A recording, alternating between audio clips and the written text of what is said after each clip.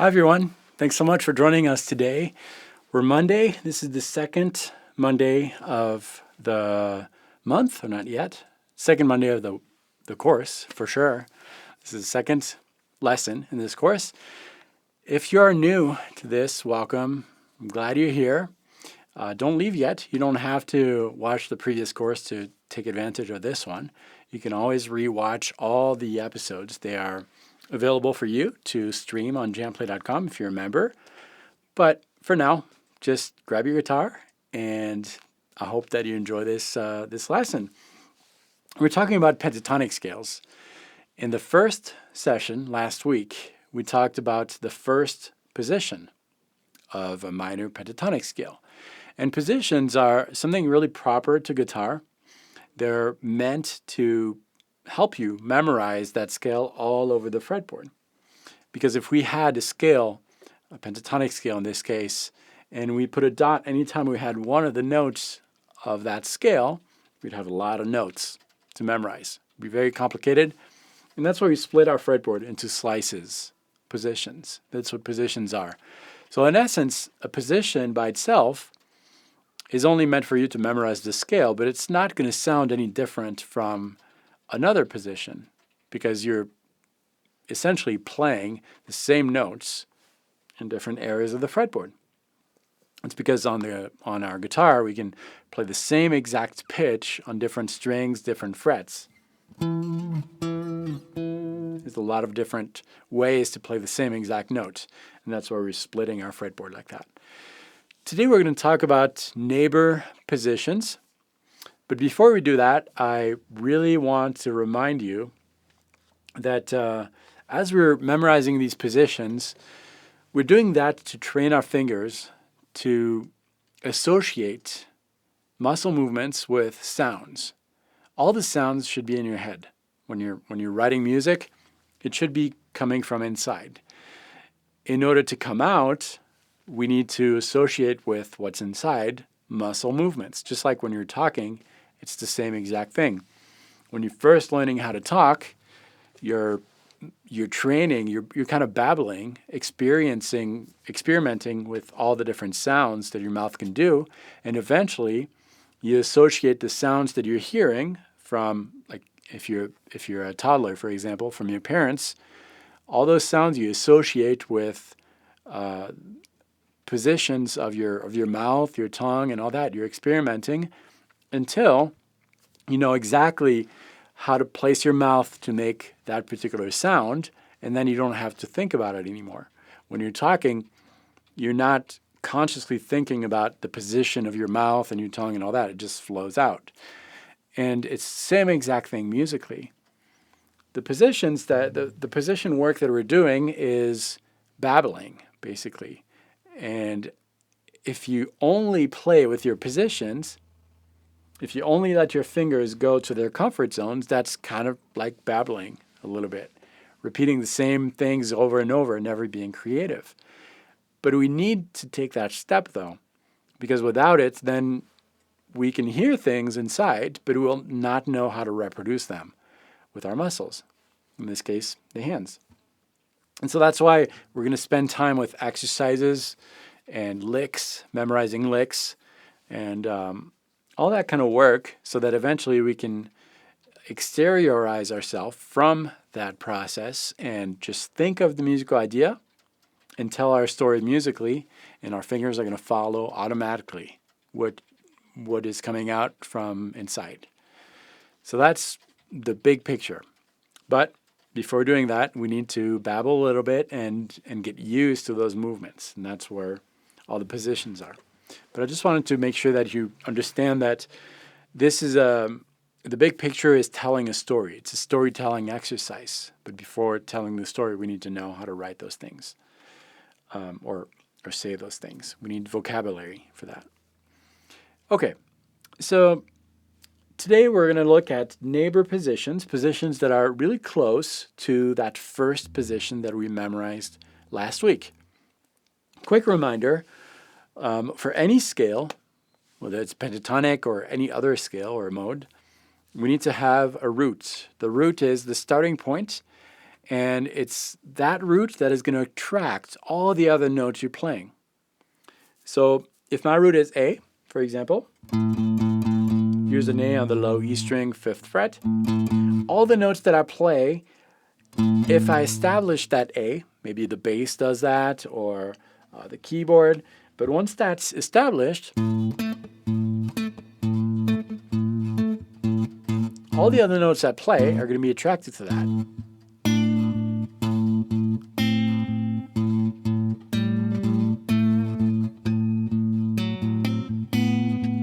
And that's what gives the color, okay?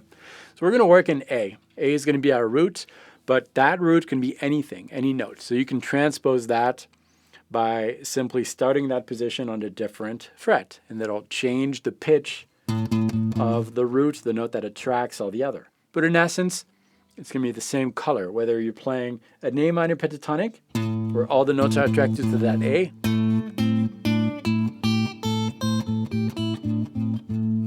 or a G,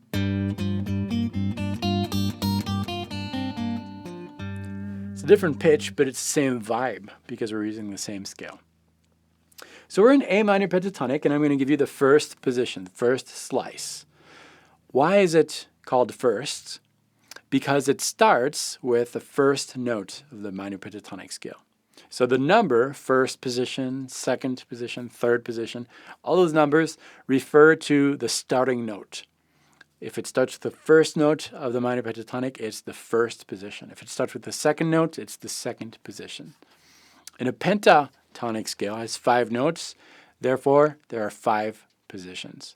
And now when I say start with, I mean that if you were to play the full position, the lowest note of that position would be one of those notes of the pentatonic scale. Okay, so first position starts with A because we're in A. And we have an A on the low E string, 5th fret.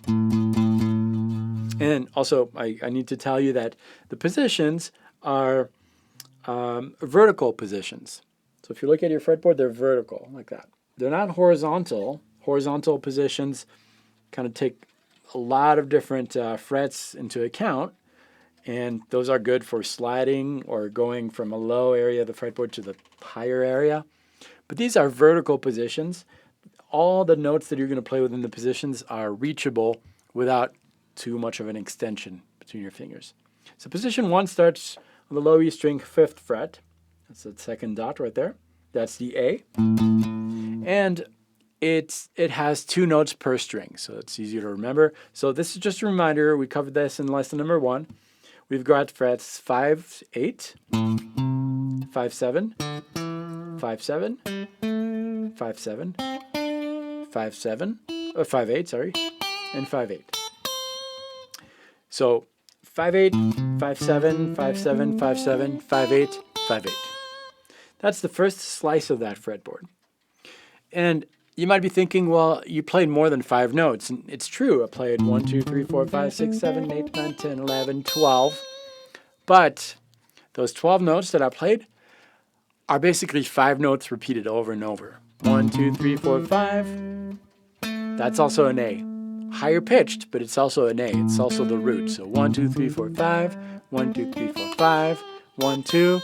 3, 4, 5 would be outside of that zone, so that would be outside of that first position. We would have to shift to a second position. So we got position 1, position 2, 3, 4, 5, and after 5, 1 again, an octave higher. So that's basically how that works. And instead of memorizing the surrounding positions, so we've got position 1 here, instead of memorizing position 2, and the position just before, which is 5, we are going to notice that because each positions have 2 notes per string in the pentatonic setting, that means that if I shift from the first position to the second, half of the first position corresponds to half of the second position. In other words, if you look at your guitar on the first position, you always have a left note from your perspective, a left side note and a right side note. Left and right. So in this case, 5 is left, 8 is right. 5 left, 7 right. 5 left, 7 right. So on the right side, I have 8, 7, 7, 7, 8, 8. Those are the right side notes of my first position.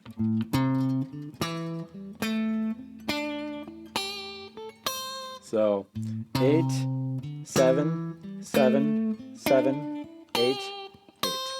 Right side of my first position. But they're also the left side of my second position.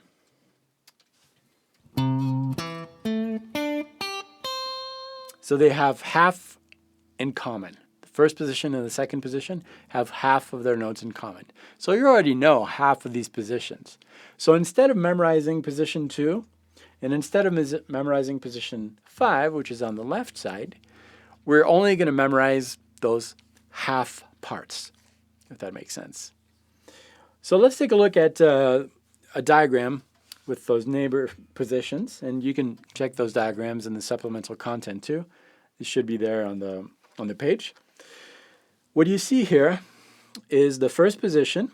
Those are the full notes, the full colored notes. The root, which is A, is in red, as you can see. And you can really see that first position highlighted.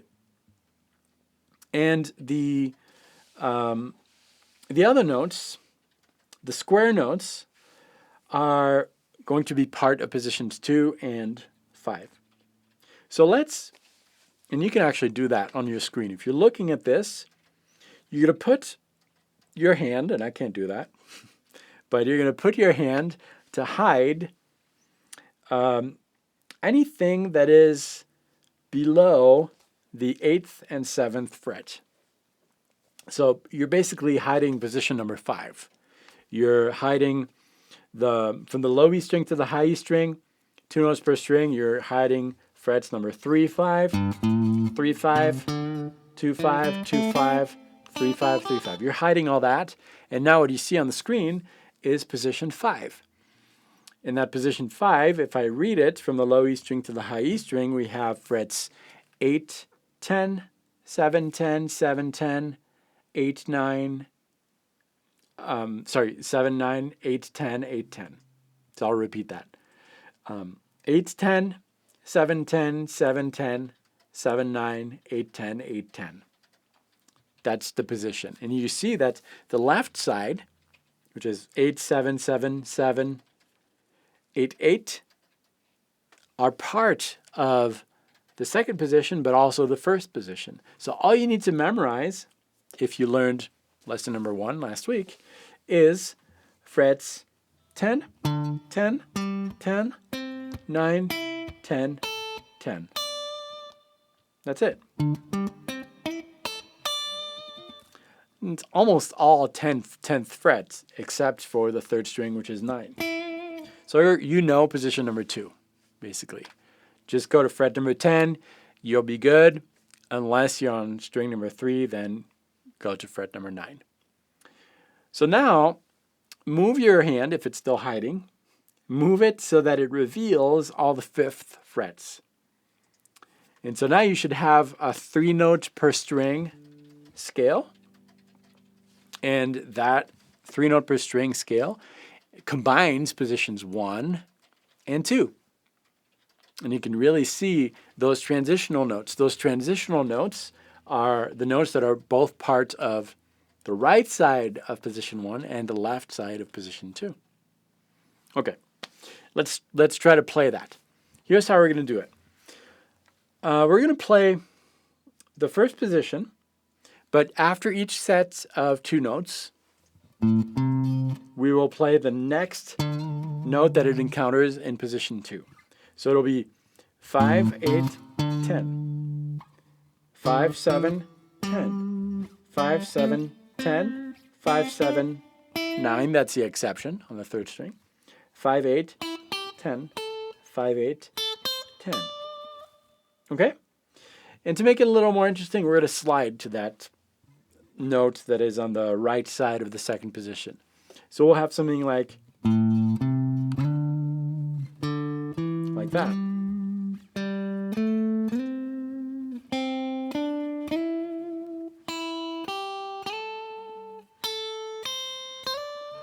So the same thing. This time we'll start on the first string, and we'll play these two notes. Slide to the next one. Let's do that together. So we'll start on the high E string 5th fret. 1, 2, 3, 4.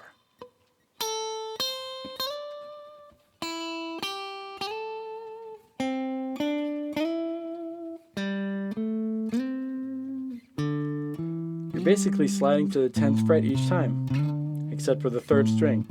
Now we'll ascend that, slide to 10, slide to 10 again, slide to 9, that's the exception, and slide to 10.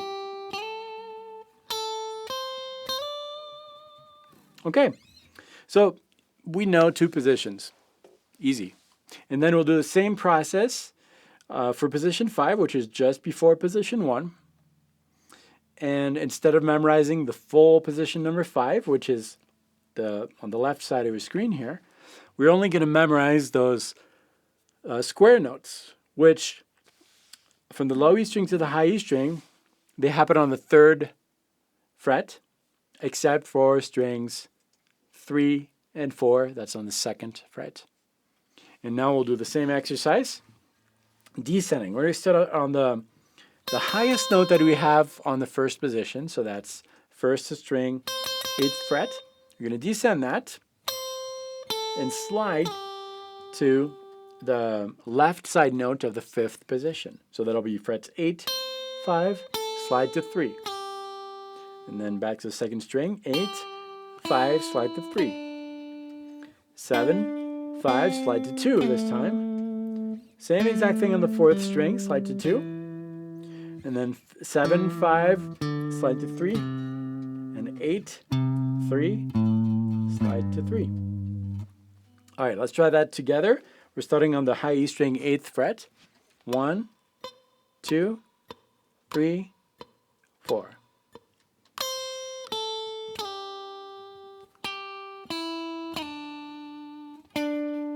Try to visualize the note you're sliding to.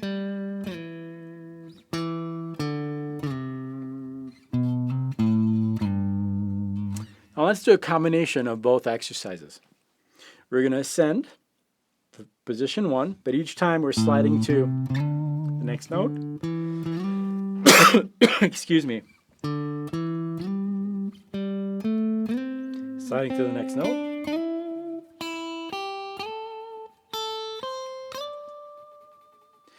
And then, sorry, we're going to descend. So the highest note that we have in position 1, slide down. I think I might need some water. I swallowed the wrong way.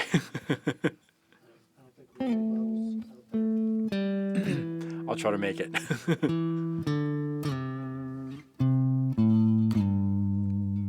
Let's try that all together. Yeah, it's getting better.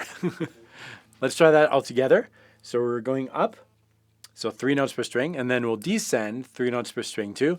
But when we descend, we'll start on the high E string 8th fret, like that.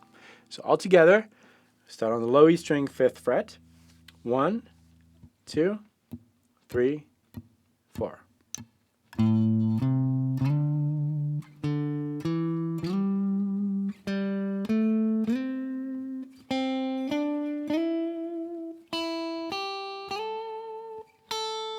Now we're descending.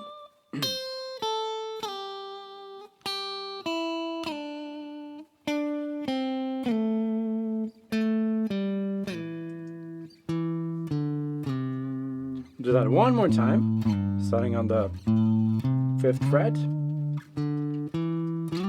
And each time really try to visualize the note you're sliding to.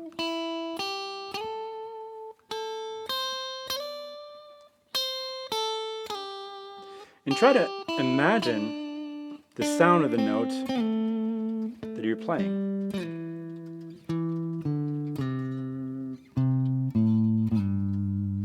Okay, it's super mechanical. There's nothing very melodic in what we're doing here, but that's the work of associating sounds with our fingers. So very mechanical. A lot of players kind of get stuck into that, and when they play, that's all they do. That has its use, which we'll talk about in a little bit. But if you only play by relying on those kind of exercises, your solos are kind of going to sound monotonous, and people are going to not really relate to what you have to say musically. So that process is important, but then we'll get away from that in a little bit. So we should be more comfortable with these positions now. We have 3 positions, and they kind of all touch each other. The right side of one position is the left side of another position. And we did that just by looking at the outside neighbor positions, the right side notes and the left side notes, by using that first position as a reference. And then we slid to those exterior notes. We're now going to consider these positions as full positions. Instead of sliding to and from, we're going to take a look at the actual positions.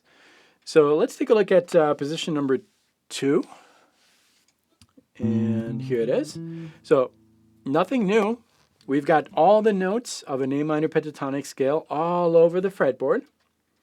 And the colored notes that you see now are position number 2. Why? Because that position starts with the second note of a minor pentatonic scale. And that second note happens to be a minor third, a flat 3. So let's take a look at that position. From the low E string to the high E string, we have 2 notes.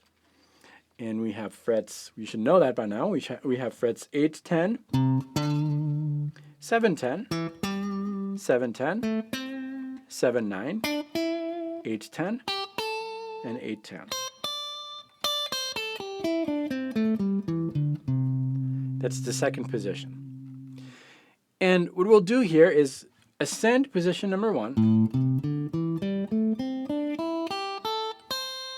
And once we reach that last note, which is on the high E string, 8th fret, we're going to slide, shift 2 frets higher. So now we're on the right side of position 2, and we're going to descend position number 2. And we're going to do a loop like that. Ascend position 1, descend position 2, ascend 1, descend 2.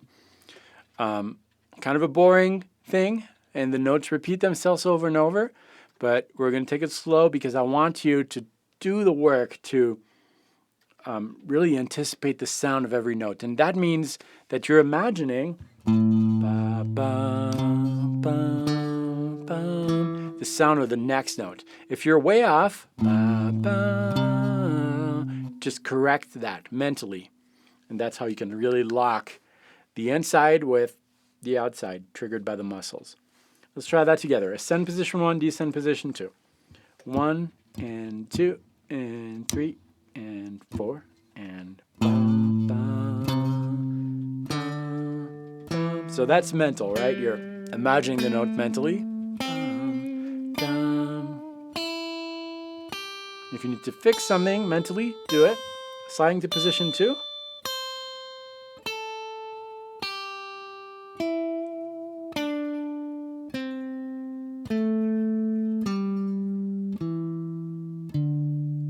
One more time.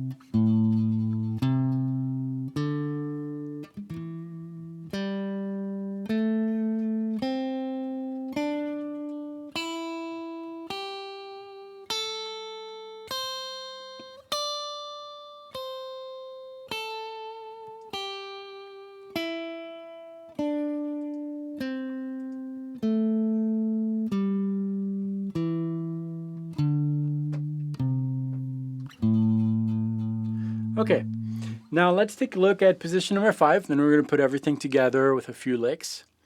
Position number 5 is on the left side of position number 1. It has half of the notes of position 1 in common. So the left side of position 1, which are all on the 5th fret, are the right side of position 2. And position 2, from the low E string to the high E string, 2 notes per strings, we have frets 3, 5, 3, 5, 2, 5, 2, 5, 3, 5, and 3, 5.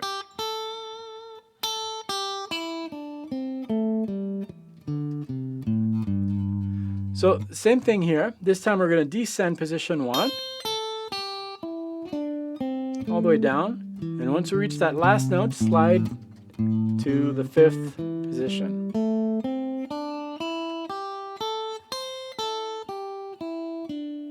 Going a little faster. Try to catch up. We're on position 5 here. And the goal is not speed. The goal is to lock in the sound of that scale mentally.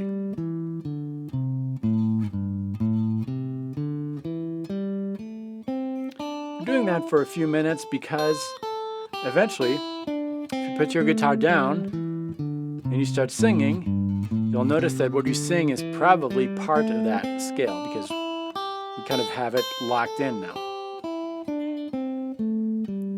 Okay, one more exercise before we move on to licks. We're going to ascend position number 5, which is the one on the screen. Ascend position 1. So try to visualize that position on your screen. And ascend position 2. Okay, so let's try that together. 1 and 2 and 3 and 4. This is position number 5. Position 1. So we're shifting slices of the fretboard.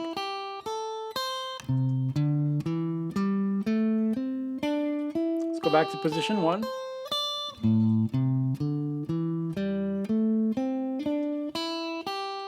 And position 5. Back to 1.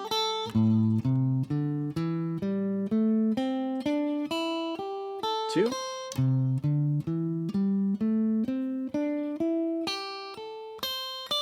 And so forth. That's the kind of exercise that you should do home, and you can be creative. Maybe skip a string,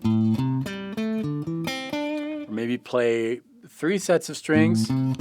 Go back to the last string, 3 sets. Just gotta be creative, and as you do that, try to imagine the sound of each note. Okay, now that we did that, we're gonna take a look at different licks. These are more musical, but again, they're licks. They're not really you speaking musically. We're just learning a few words that you might forget, and that's okay, but that's solidifying the sound of that scale again. So these licks combine at least 2 positions together. Positions 1, 2, that's on the right side, and 5, that's on the left side. We're still in A to get used to that sound. Here's the first lick, and you can have those licks. You can download them in the supplemental content if you're a member of JamPlay. They're available for you too. And there's the Guitar Pro file also if you have Guitar Pro, but you don't need it. You can just download it and print the PDF. If we look at that first lick here, and if we look at the notes of the rhythm side on the top, we have 4 series of 2 notes that are tied together. So those are 8th notes. So if this is our beat, we're going to play 2 notes per beat. Da, da, da, da, da, da, da, da. Now if we attach to that actual notes on the fretboard, the first note is 5th string, 7th fret. So that note could be part of the first position or the second. We don't know yet. It depends on what's next. And the next note is 4th string, 5th fret. Therefore, we are in that first position. It's always important when you're memorizing a new lick to associate to it, or a lick or a song, to associate to it a position. It's going to help you recycle that and understand where you are so that you can kind of make up the rest if you have to. So that's in position 1. We're just following position 1 so far. Following it again. So I'm on the 3rd string, 7th fret, and the next note is 3rd string, 9th fret. So that's where the shift is happening. Remember, position number 2 is made of frets 8-10, 7-10, 7-10, 7-9, and that's where we are here. And then we're going to continue in position number 2 on the 2nd string, frets 8 and 10.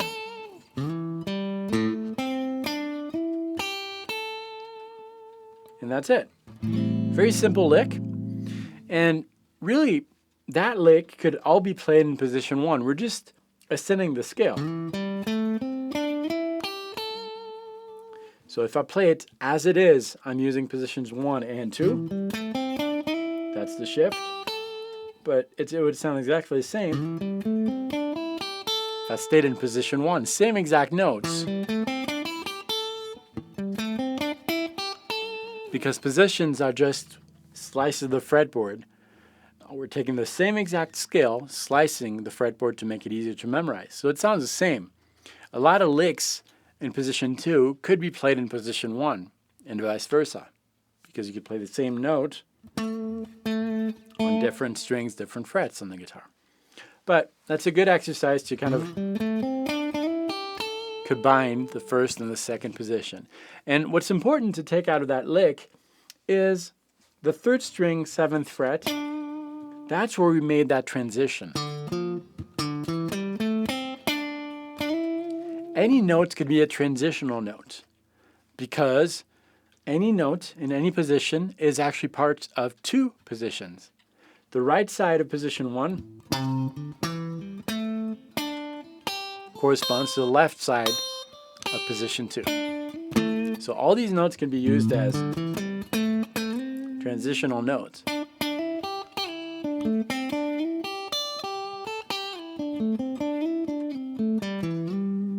That's what I'm doing there.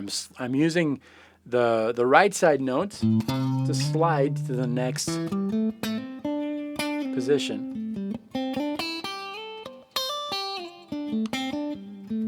And even though it's the same exact notes that I would find in position number 1, that slide there makes the licks sound a little bit different. They sound in the same key. They have the same flavor, but it's almost like using different accents with the same word. So that's what's happening there. Let's take a look at lick number 2, and try to find mentally, try to figure out which positions that uses by just looking at the notes. So the thought process should be: get the 3rd string, fret 7, 5. Next string, 7, 5. Okay, that's position number 1. And then 7, 5 again. All that is position number 1. And then there's a slide there to the 3rd fret, so that's transitioning to position 5, which is on the left side of position 1.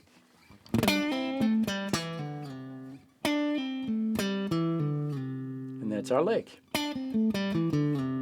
So yes, I could play it on position 1, but I'm not. I'm sliding to position number 5. And the transitional note is that 5th string, 5th fret, and we transitioned to the 5th position, which is on the left side there.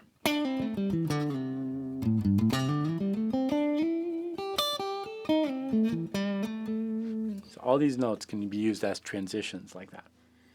Lick number 3, which positions to start with? We've got fret 7, 5, 7, 5, 7, 5. All that is position number 1.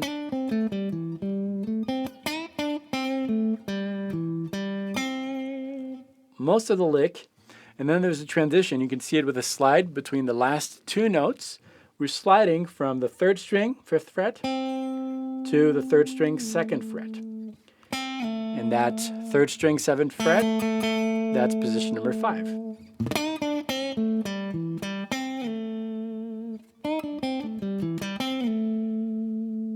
And that's where the transition was made. Lick number 4, if you look at the frets here, okay, well we've got fret 7, 9, 8, 10. That should remind you of position number 2. And then we're sliding back to position 1.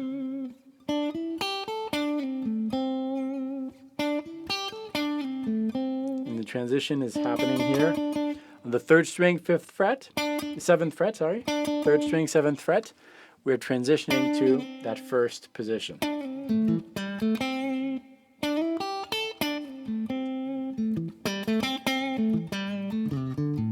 So you can see a pattern there. We're using a transitional note to slide to a different position.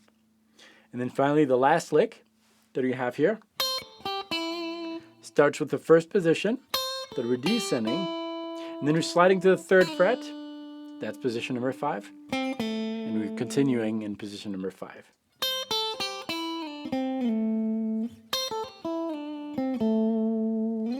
All right. Those are very, very simple ideas, but by now you should have a good sense of how that scale sounds. It's minor pentatonic in A. So all the notes are attracted to that A, which you've got to imagine at this point because you're playing on these licks without hearing that A. But that's why we have backing tracks. And there's a backing track that is included in this lesson. And if I play it, you'll see what I mean by the attraction of the notes. Here's that track. And you'll see a heavy focus on that A.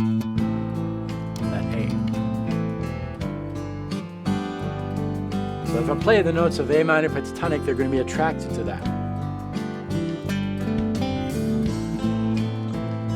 They're attracted to that A.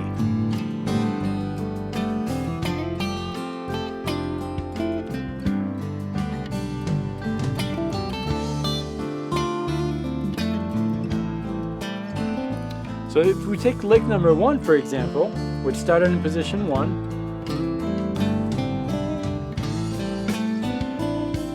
and then we're transitioning here to the 2nd,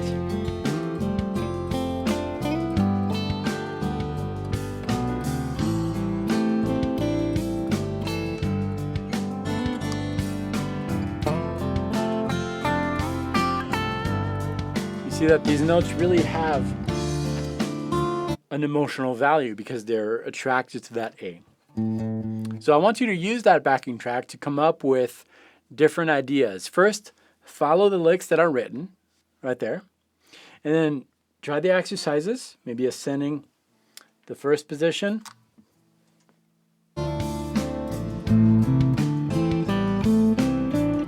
ascending the second,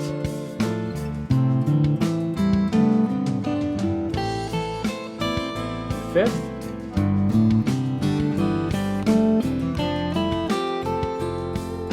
then I'll help you solidify the sound of all those. And then when you're done, you put your guitar down and you start singing. And what you're going to sing, if you did that work, is going to match the feel of the key that we're using.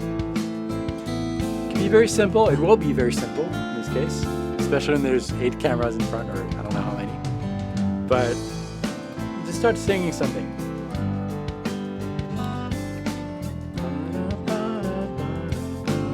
Okay. Once you have something that you think matches, try to find these notes on your instrument. Pause that. You might fish around a little bit.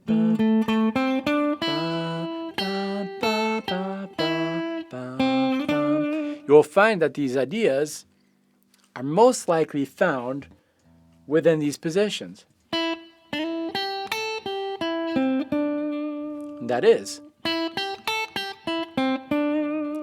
And this lick is not super comfortable to play, but that's a good thing because that means that the idea was not generated by your comfort on the instrument.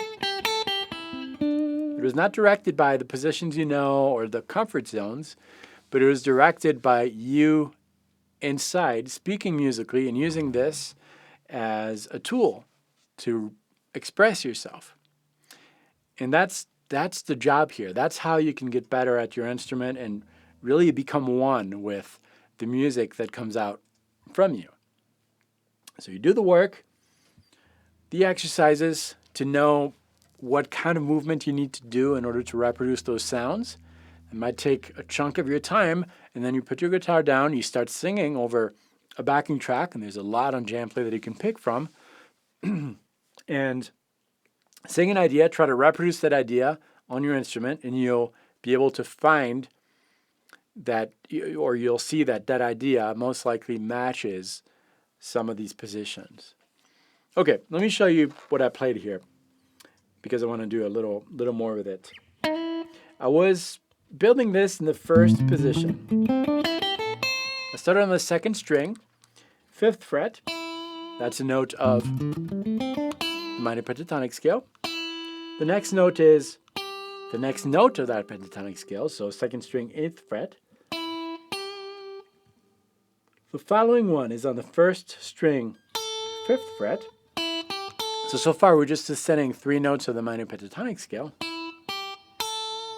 Then going back, descending. So far, nothing too complex. I'm ascending 3 notes, descending. Da da da da da dum ba. That note is on the 3rd string, 5th fret. That's where it's a little tricky, because you're not just descending the scale completely, you're skipping a note basically. And then back to the note you skipped, which is on 3rd string, 7th fret.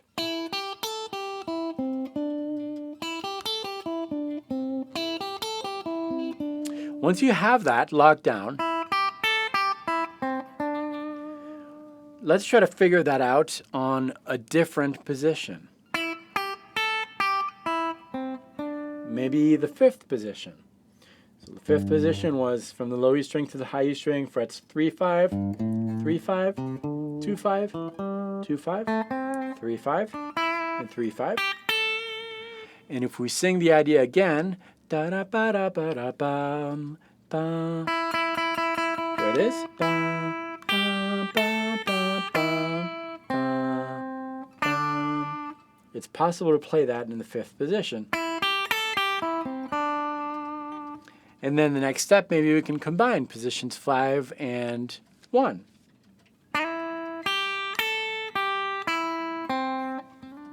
Maybe. That's where that transitional note was.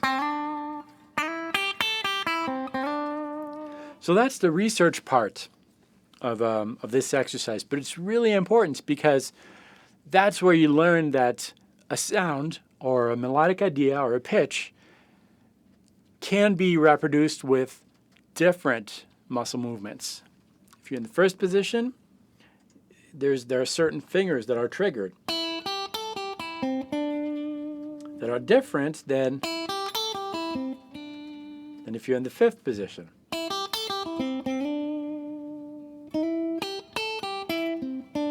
And eventually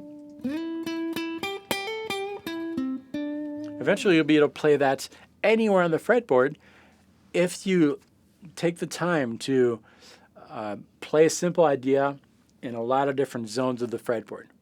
Because subconsciously, you're associating sounds with all kinds of different muscle movements. And then you don't have to think about it. So that's the whole goal of these exercises. This backing track today has a country feel to it, but if you go back to the previous lesson, that is a bluesier feel, also in A, purposely, so that you can play that. All these licks, you can play them over that first backing track from last week. So even the one we sang, ba-da-ba-da-ba-da-bum, it's going to work on that.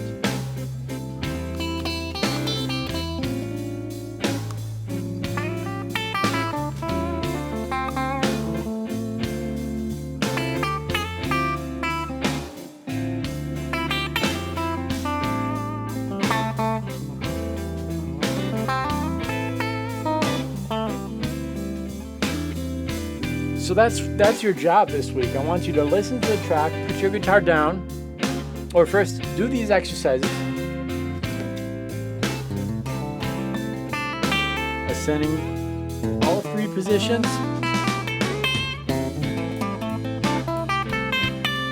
Maybe in creative ways, combining 2 together.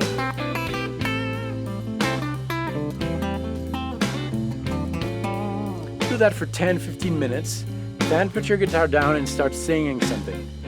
If you're lacking inspiration when you're singing, something that helps me is to actually have a rhythm behind it. Sometimes the rhythm just triggers new things, melodic ideas. So grab a book, any book, and start reading and singing the book over the backing track. It really helps. And if you have kids, just grab a kid's book. So those are the best because they usually rhyme. They're simpler sentences. And when I don't have a book, I always go back to Old MacDonald Had a Farm. Such simple rhythm motif, and it works on everything. So if we try to come up with an idea using Old MacDonald Had a Farm, it should work on this. So Old MacDonald had a farm. 7 syllables.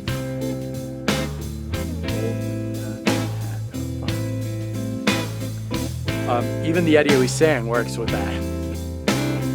Old MacDonald had a farm. Ba-da-ba-da-ba-da-ba.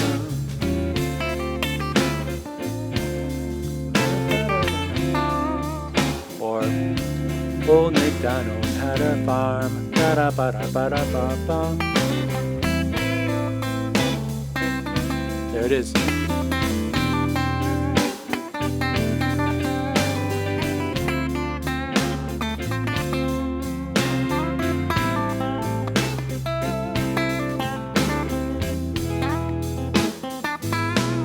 And so forth. It's just simple ideas like that are going to go a long way, I think. Start simple and see what can happen. There is a practice video that I recorded that I want you to use throughout the week. Try to play it 2-3 times. And the way those work is you grab your guitar, a quiet place with no distraction, and you just play the video and just follow the instructions. You don't need anything else. And we're going through the different licks, different exercises, and those are really helpful to get the most out of all these different concepts. I want to show you one more idea to kind of combine all these positions together. And here's how we're going to do this. We're going to start on the first position. I'm going to ascend 6 notes. So since there are 2 notes per string, that's 3 strings. Once we did that, we're going to slide to the next position and descend 6 notes.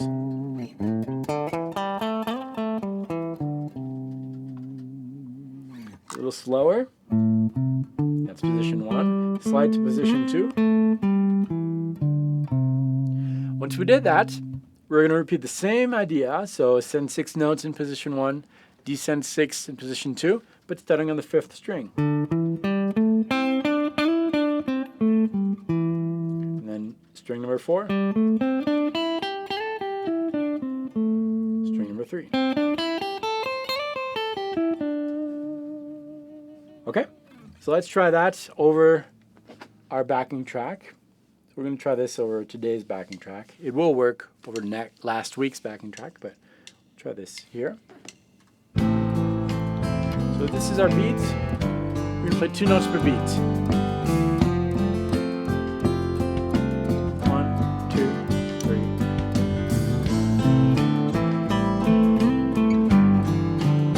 Start on the 5th string. The 4th string.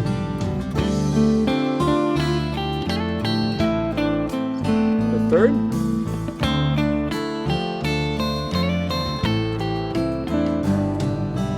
Great. Now let's try the same thing, but we're starting on the 5th position. So we're starting on the low E string, 3rd fret. 1, 2, 3, 4. Ascend 6 notes. Slide to position number 1. On the 5th string. The 4th string. It's a great way to visualize those positions.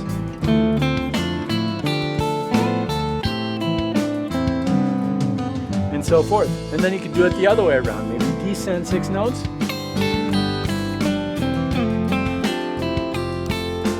And then slide to the next position.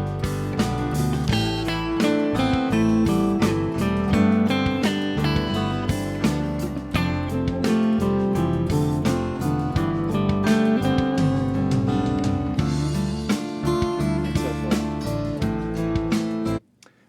right. I should have mentioned that before, but if you have questions, you can type them in the chat, and I'll be happy to answer them. Did we get any during the course? Yeah, we got a couple.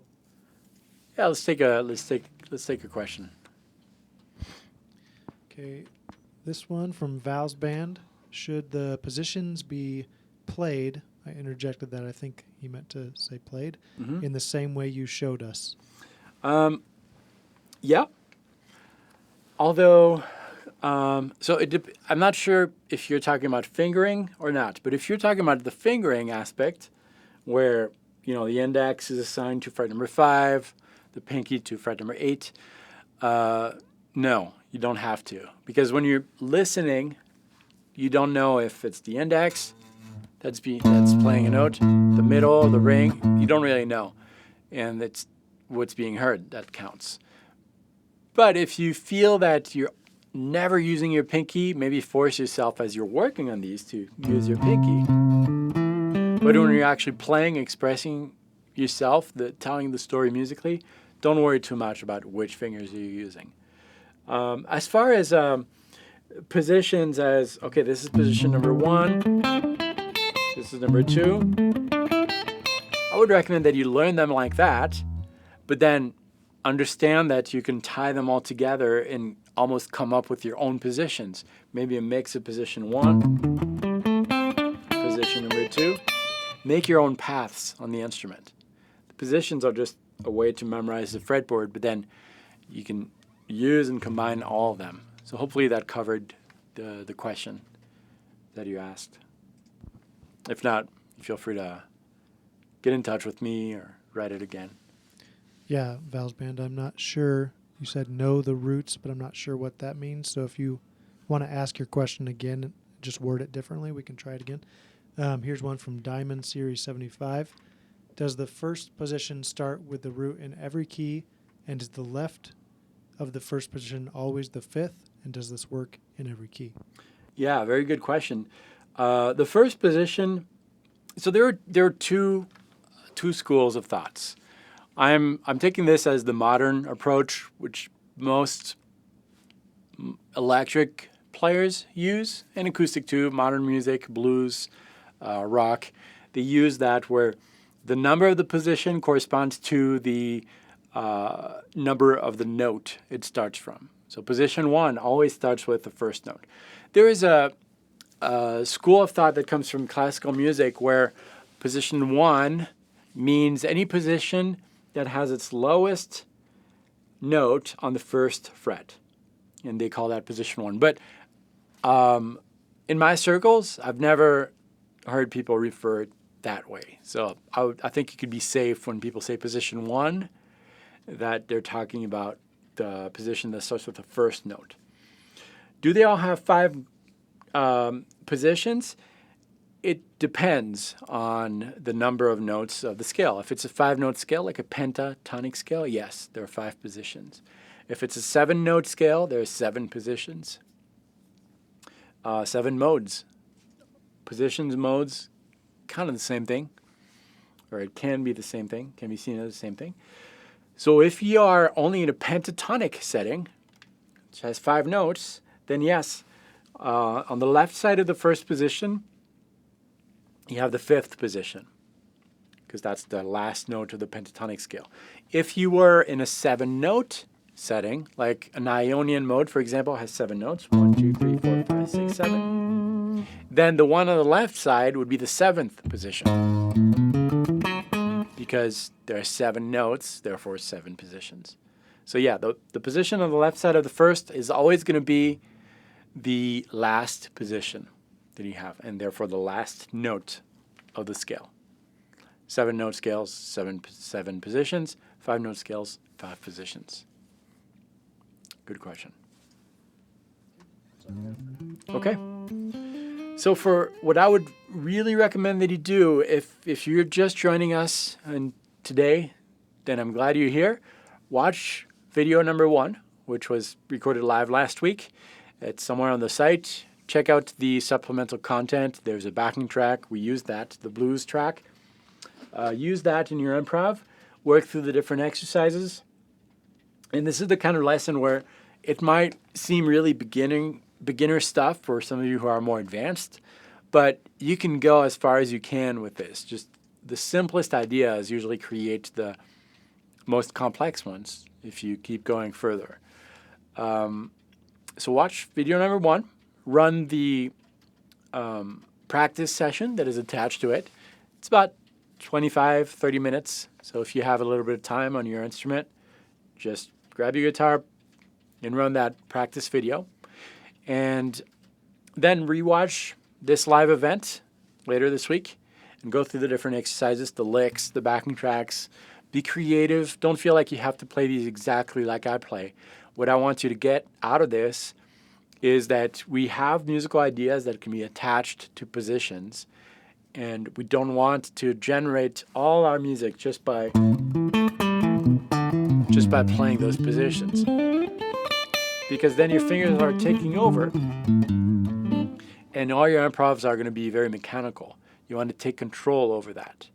And I remember at the beginning of the session I mentioned that this has its use sometimes when you let your fingers take over. And the use is to make things a little more appealing for guitar players. So there's some cool stuff we can do. But the main use, I think, is to give your mind a break. Because if you're always involved in thinking of the notes you're playing before you play it,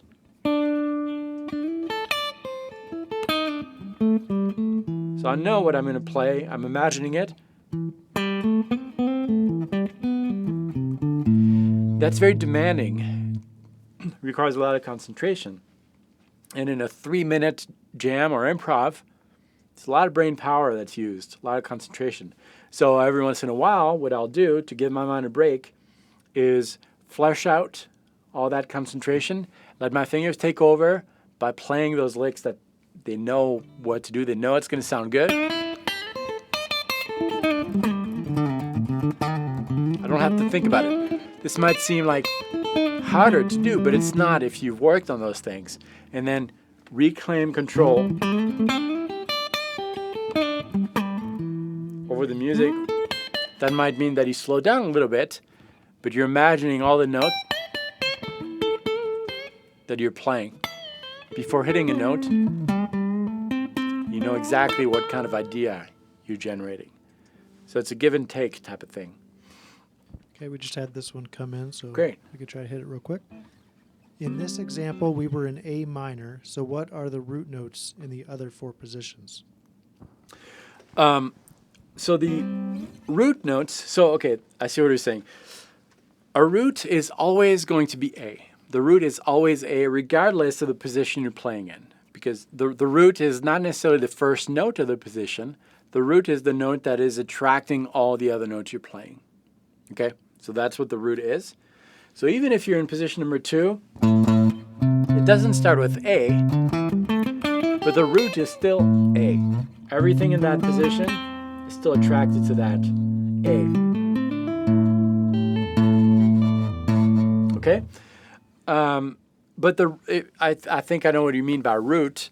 Root meaning the first note of each position.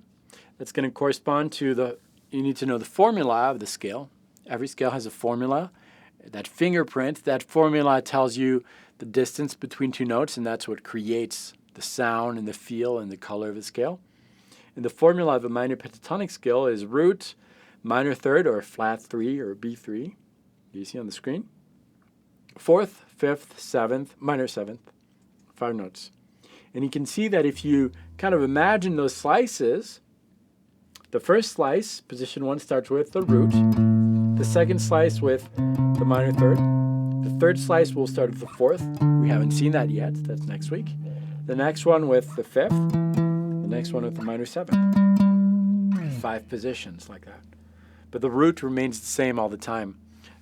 The root, it's kind of hard to hear the root if you don't have a backing track. You just kind of have to imagine that anything you play is attracted to that.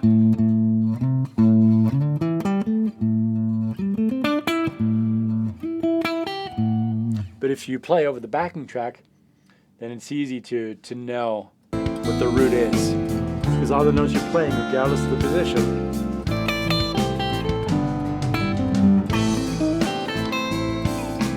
are being attracted to the backing track, which lets that root stand out. So I hope that answered your question. Thank you for asking it. If we don't have any questions, then I'll wrap it up. Thank you so much, everyone, for your attention. Don't hesitate to email me, or if you have questions throughout the week as you're working on these things, write them down. We can cover those next week. Same exact time, same place. I'll be here. Grab your guitars and practice well during this week. I will see you next Monday.